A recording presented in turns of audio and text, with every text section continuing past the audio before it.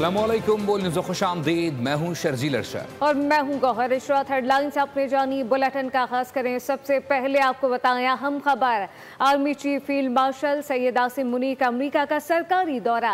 अमरीकी सियासी अस्करी क़यादत समेत पाकिस्तानी कम्युनिटी के नुमाइंदों से अहम मुलाकातें की गई। फील्ड मार्शल ने chairman joint chief of staff general Dan Caine से भी मुलाकात की है। पाक अमरीका अस्करी ताउन के तसलसल पर एतमाद का इजहार किया।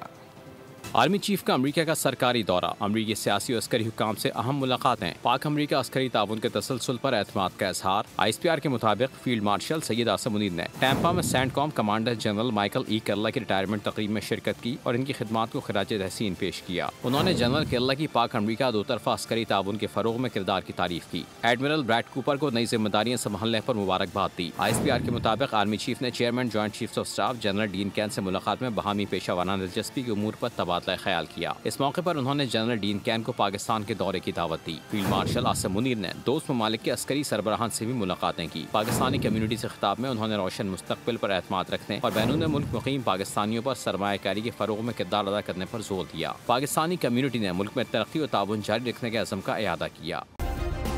सब्सक्राइब करें और बेल दबाएं ताकि कोई खबर रह न जाए।